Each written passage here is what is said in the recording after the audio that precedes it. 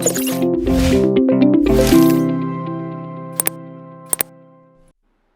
Everyone, welcome to my channel CCK with Pooja Microsoft office series.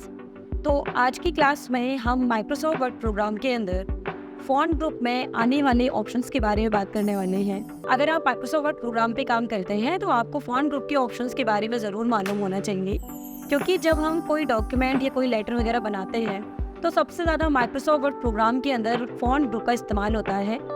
तो चलिए start करते हैं और इसमें आने वाले एक एक ऑप्शंस के बारे में समझते हैं कि इन ऑप्शंस पर हम काम किस तरीके से कर सकते हैं।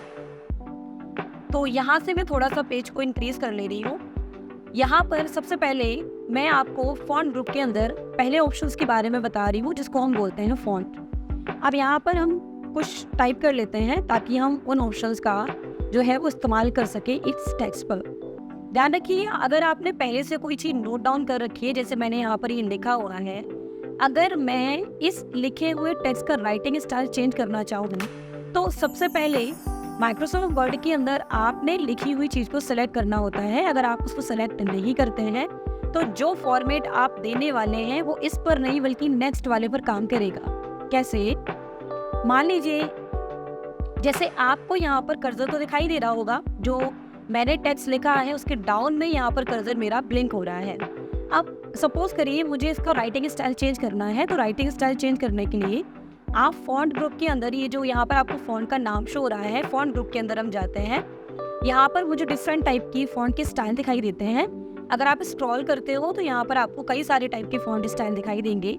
अगर आप इनमें से किसी भी फॉन्ट पे क्लिक करते हैं तो यहाँ पर आपको वही फॉन्ट अप्लाई होता हुआ यहाँ पर आपको दिखाई दे जाएगा। अब आप ये कहेंगे कि ये जो मैंने ऊपर ये लिखा हुआ है इस टेक्स्ट पर ये चीज़ अप्लाई क्यों नहीं हुई?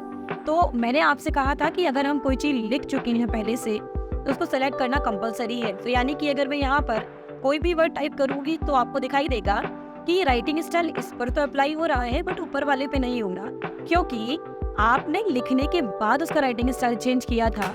तो अगर इसका राइटिंग स्टाइल बदलना है तो इसको सेलेक्ट करो आप। उसके बाद यहाँ पर आप इस राइटिंग स्टाइल की ग्रुप के अंदर जाओ। उसके बाद अगर मैं वही राइटिंग स्टाइल या कोई भी राइटिंग स्टाइल पे क्लिक करूं, तो जब भी आप कोई राइटिंग स्टाइल चेंज करना चाहें तो ध्यान रखिएगा, अगर आपने पहले से लिखे हुए शब्द पे करना है उसको चेंज, तो वो सेलेक्ट ज़रूर होना चाहिए। उसके बाद यहाँ पर इसी के बराबर में एक ऑप्शन दिया गया है जहाँ पर मुझे 11 एक कुछ डिजिट दिख रहा है। इसको हम फॉन्ट साइज के नाम से जानते हैं। अगर आपके लिखे हुए टेक्स्ट का आपको साइज बढ़ाना है तो आप फॉन्ट साइज में यहाँ पर ये छोटे से बटन पे क्लिक करोगे, आपके सामने एक ड्रॉप डाउन मेन्यू ओपन होगा जिसके अंदर बहुत सारे टाइप के आपको साइज दिखाई देंगे। आपको दिख रहा होगा कि मैं जिस साइज पे कर्सर ले जा रही हूँ, मुझे यहाँ पर मेरे लिखा हुआ जो टेक्स्ट है उसका साइज उतना ही यहाँ पे बढ़ता हुआ दिखाई दे रहा है। तो बेसिकली आप फॉन्ट साइज का इस्तेमाल करके आप साइज वगैरह इंक्रीज कर सकते हो। अब यहाँ पर आप जो साइज इंक्रीज कर रहे हो वो 72 तक यहाँ मुझे दिखाई दे रहा है। उसके बाद यहाँ पर फॉन्ट साइज इंक्रीज करने का ऑप्शन नहीं है। लेकिन अगर आप फिर भी चाहते हैं कि मुझे 72 से ज़्यादा बढ़ाना है तो आपको करना ये है, यहाँ पर आपको ये कैपिटल ए और स्मॉल ए दिखाई देंगे, इसको हम कहते हैं ग्रो फॉन्ट।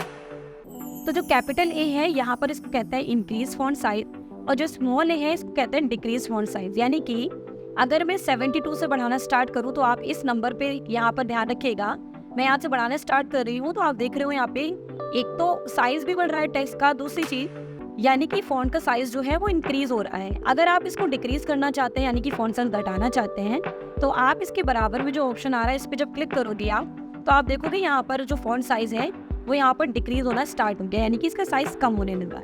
तो इस तरीके से आप 72 से भी ज़्यादा फॉन्ट का साइज बढ़ा सकते हैं, इंक्रीज फॉन्ट साइज में जाकर और डिक्रीज फॉन्ट साइज में जाकर। उसके बाद यहाँ पर अगर हम नीचे ऑप्शंस में आते हैं, यहाँ पर मुझे दिख रहा है बी जो होता है इसका मतलब होता है बोल्ड, यानी कि कोई भी टेक्स्ट आपने लिख रखा है आप उसको हेडिंग जैसा दिखाना चाहते हैं तो आप बी का इस्तेमाल करते हैं।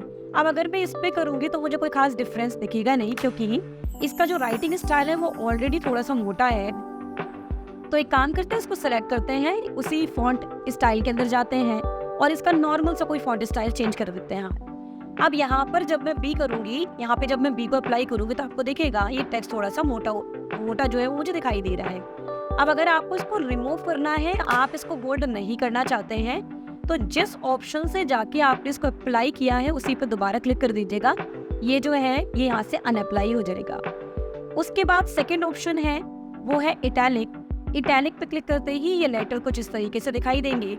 और अगर आप इटैलिक नहीं करना चाहते हैं तो अगेन उसी ऑप्शन पे क्लिक कर दीजिए, इटैलिक आना बंद हो जाएगा। उसके बाद यहाँ पर है अंडरलाइन। अगर आप टेक्स्ट के साथ कोई अंडरलाइन इस तरीके से दिखाना चाहते हैं तो इस तरीके से आप अंडरलाइन दे सकते हो।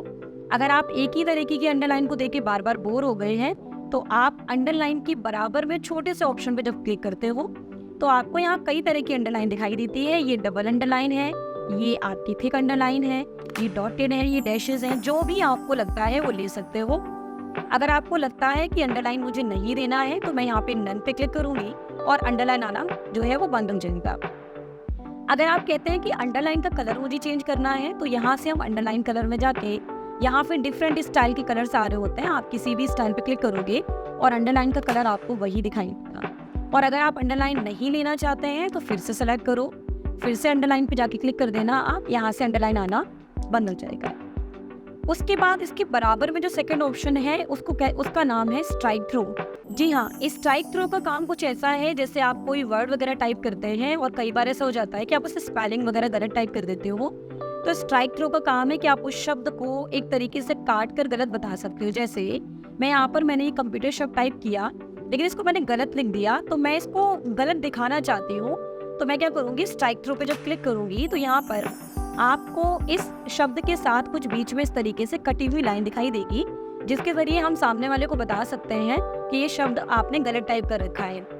और अगर आपने यहाँ से कोई ऑप्शन लगा रखा है, ध्यान रखिएगा, अगर आपने स्ट्राइक थ्रो अप्लाई किया हुआ है और अगर आप इसको स्पेस देके कुछ भी लिखना स्टार्ट करोगे तो आप देखोगे यहाँ पर ये लाइन आगे भी आ रही होगी।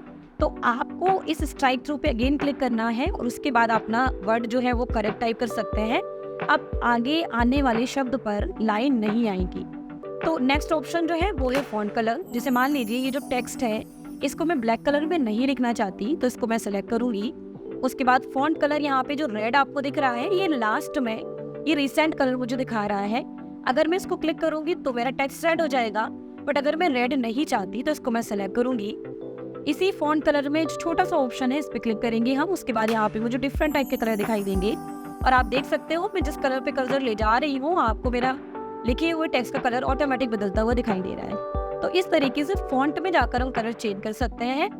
अगर आप चाहो तो यहाँ पे ग्रेडियंट कलर भी आते हैं, ये लाइट डार्क शेडिंग टाइप का आपको जिधर देना हो आप ये दे सकते हो। अगर आपको ये ब्लू कलर अगेन चेंज करना है, आप चाहते हो इसको फिर से मुझे ब्लैक करना है, तो यहाँ पर ऑटोमेटिक का ऑप्शन होता है। ऑटोमेटिक पे क्लिक करते ही आपको वही कलर दिखाई देगा जो डिफॉल्ट में होता है, यानी कि ब्लैक। उसके बाद यहाँ पर मुझे हाइलाइटर कलर दिखाई देता है। अगर मैं किसी शब्द को, किसी पैराग्राफ को हाईलाइट करना चाहती हूँ तो यहाँ पर हाइलाइटर कलर के अंदर भी आपको यहाँ पे छोटा सा बटन दिखाई देता है। आप देख रहे होंगे मैं जिस कलर पे कर्सर ले जा रही हूँ यहाँ पर मेरा लिखा हुआ वर्ड उसी कलर में यहाँ पे हाईलाइट होता हुआ दिख रहा है। यहाँ पे स्ट्राइक थ्रो के बराबर में दो ऑप्शन है, इसको हम कहते हैं सबस्क्रिप्ट और इसको हम कहते हैं सुपरस्क्रिप्ट। ये इनका इस्तेमाल हम करते हैं मैथ की या केमिस्ट्री की कोई फॉर्मूला से इक्वेशन बनाने के लिए। जैसे मान लीजिए मुझे यहाँ पर टाइप करना है H2O। अब आपने केमिस्ट्री में देखा होगा जो 2 हम लिखते हैं वो डाउन में लिखते हैं H और O के नीचे। तो आपको ना इस 2 को बस सेलेक्ट करना है। उसके बाद यहाँ पे सबस्क्रिप्ट में क्लिक करना है क्योंकि मुझे 2 को इस तरीके से नीचे दिखाना है। उसके अलावा अगर आप कोई मैथ की इक्वेशन बना रहे हैं जैसे x² या फिर प्लस y², अब मैं ये चाहती हूँ ये स्क्वायर मुझे इसको पावर में दिखाना है, तो आप 2 को अगेन सेलेक्ट करेंगे जैसे हमने सबस्क्रिप्ट में किया था। उसके बाद यहाँ पे सुपरस्क्रिप्ट पे क्लिक करेंगे आप और आप देखेंगे जो नंबर होगा वो यहाँ पर ऑटोमेटिक इस तरीके से पावर में मुझे दिखाई दे रहा है। तो इस तरीके से हम सबस्क्रिप्ट और सुपरस्क्रिप्ट का इस्तेमाल मैथ का या कोई भी केमिस्ट्री का इक्वेशन वगैरह बनाने के लिए करते हैं। उसके बाद यहाँ पर आपको ऑप्शन दिखाई देगा ये फॉन्ट कलर के ऊपर, इसको हम कहते हैं क्लियर ऑल फॉर्मेटिंग। अगर आपने लिखे हुए टेक्स्ट पर जितने भी तरह की फॉर्मेटिंग लगाई है, लाइक साइज बढ़ाया है, कलर चेंज किया हुआ है, बोल्ड किया हुआ है, टैलिक किया है, एनीथिंग आपने कोई भी फॉर्मेटिंग कर रखी है, आपको लगता है कि उस फॉर्मेटिंग को हटाकर मुझे उस पोजीशन पे पहुंचना है जहां से मैंने स्टार्टिंग की थी, तो उसके लिए आपको सेलेक्ट करना है। जैसे ये सब कुछ मैं एक बार में रिमूव करना चाहती हूँ लेकिन मैंने एक एक करके लगाया है तो मुझे एक एक करके हटाना पड़ेगा, तो हम इसको सेलेक्ट करते हैं। उसके बाद यहाँ पे क्लियर ऑल फॉर्मेटिंग पे जब क्लिक करते हैं तो यहाँ पर आप देखेंगे सुपरस्क्रिप्ट, सबस्क्रिप्ट, साइज, कलर मैंने जो कुछ भी फॉर्मेट लगाया था वो वन टाइम में रिमूव हो गया और मैं उस जगह पे पहुंच गई जहां से मैंने पहली बार स्टार्टिंग की। तो इस तरीके से क्लियर फॉर्मेटिंग का इस्तेमाल हम किसी भी टेक्स्ट के फॉर्मेट को क्लियर करने के लिए करते हैं। उसके बाद नेक्स्ट ऑप्शन आपका है क्लियर फॉर्मेटिंग के बराबर में इसको कहते हैं चेंज केस। इसका क्या काम होता है?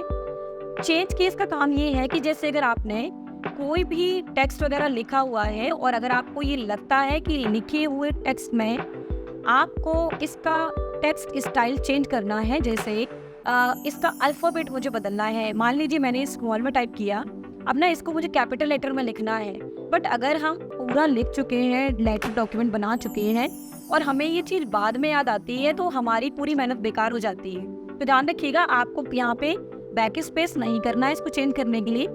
आपको यहाँ पे जाना है चेंज केस वाले ऑप्शन के अंदर। आप यहाँ पे जब क्लिक करोगे तो आपको 5 टाइप की केसेस दिखाई देंगे, जैसे sentence case, lower case, upper case, capitalise each word और टॉगल केस। अगर हम सेंटेंस केस की बात करें तो आप देख सकते हो अभी मेरे दोनों वर्ड्स जो है वो स्मॉल लेटर में टाइप है। अगर हम सेंटेंस केस पे क्लिक करते हैं तो यहाँ पर पूरी लाइन, पूरे पैराग्राफ में जो पहला वर्ड होगा उसका पहला अल्फाबेट आपको कैपिटल दिखाई देगा। अगर हम बात करते हैं लोअर केस की, तो जब लोअर केस पे क्लिक करते हैं तो आपको सारे लेटर स्मॉल दिखाई देंगे। कोई भी वर्ड हो उसके सारे लेटर मुझे स्मॉल दिखाई देंगे। अगर मैं यहाँ पर हर एक वर्ड को कैपिटल करना चाहती हूँ तो मुझे यहाँ पे मिलता है अपर केस। अपर केस लगाने पे उस लाइन, उस पैराग्राफ के अंदर जितने भी शब्द होंगे वो मुझे सारे कैपिटल लेटर में दिखाई देंगे। उसके बाद यहाँ पर है कैपिटलाइज ईच वर्ड। तो आप देख सकते हो यहाँ पर भी लिखा हुआ भी ऐसे ही है कि जो 30 शब्द हैं उनका पहला जो अल्फाबेट है मुझे कैपिटल दिखाई दे रहा है। तो जब मैं कैपिटलाइज ईच वर्ड पे क्लिक करती हूँ तो यहाँ पर मैंने जितने भी वर्ड टाइप कर रखे होंगे और जितने वर्ड्स को सेलेक्ट कर रखा होगा उस पूरे एरिया में यहाँ पर मुझे हर एक शब्द का पहला लेटर कैपिटल दिखाई देगा, क्योंकि यहाँ पर उसका नाम है कैपिटलाइज ईच वर्ड, यानी कि प्रत्येक शब्द का जो पहला अल्फाबेट होगा वो आपको कैपिटल दिखाई देगा।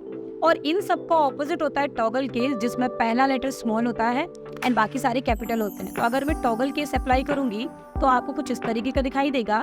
पहला अक्षर जो है, पहला जो लेटर है वो स्मॉल होगा एंड बाकी के सारे कैपिटल होंगे। तो इस तरीके से आप चेंज केस का इस्तेमाल कभी भी लिखे हुए टेक्स्ट को चेंज करने के लिए यूज कर सकते हो। अगर आपने कभी भी स्मॉल लिखना था और आपको लास्ट टाइम पे बताया गया कि इसको कैपिटल लिखना था, तो आप इस तरीके से चेंज केस का इस्तेमाल करते हो।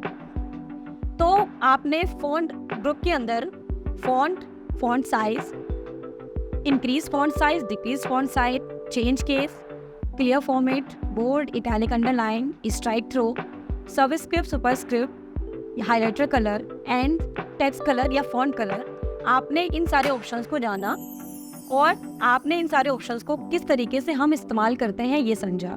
तो उम्मीद है कि आपको आज की माइक्रोसॉफ्ट वर्ड की क्लास 3, जिसमें हमने फॉन्ट के ऑप्शंस के बारे में बात की, ये आपको समझ आए होंगे। नेक्स्ट क्लास में हम इसी तरीके से माइक्रोसॉफ्ट वर्ड के कुछ और ऑप्शंस के बारे में बात करेंगे। मिलते हैं नेक्स्ट क्लास में।